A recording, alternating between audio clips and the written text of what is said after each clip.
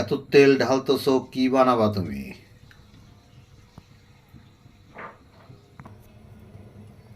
এত তেল দিয়ে কি বানাই দেখো, দর্শকরা দেখলেই বুঝতে পারবে। আর তুমি বুঝতে পারতেছো না, এতদিন তোমার পিঠা না, এই বানাই যে আটা খাওয়ালাম। গোলা তো আমি দেখি নাই, তার মানে এখানে কি তেলের পিঠা বানাচ্ছ? চিনি দিয়ে তৈরি তেলের পিঠা হবে। এই দেখেন প্রিয় দর্শক, তেলের পিঠা বানানো হচ্ছে। কি সুন্দর ফুলে উঠে দেখেন তেলের ভিতরে। যখন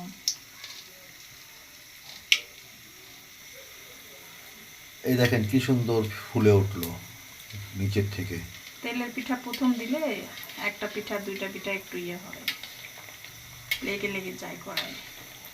যাই হোক, তেলের পিঠা কে কে পছন্দ করেন একটু কমেন্টস করে জানায় যাবে। এটা হয়ে গেছে।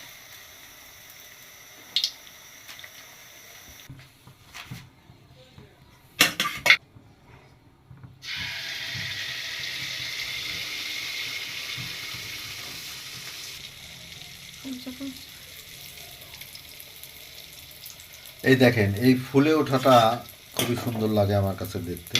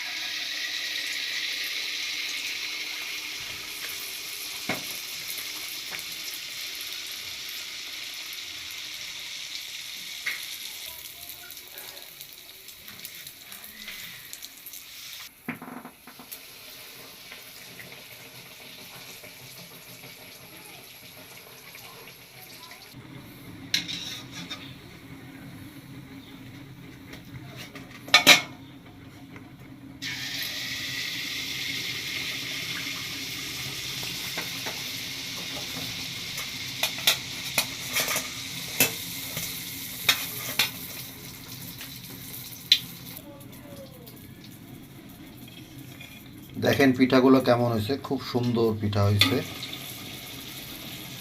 আপনারা যদি পছন্দ করে থাকেন তাহলে কমেন্টস করে অবশ্যই জানাবেন। ধন্যবাদ।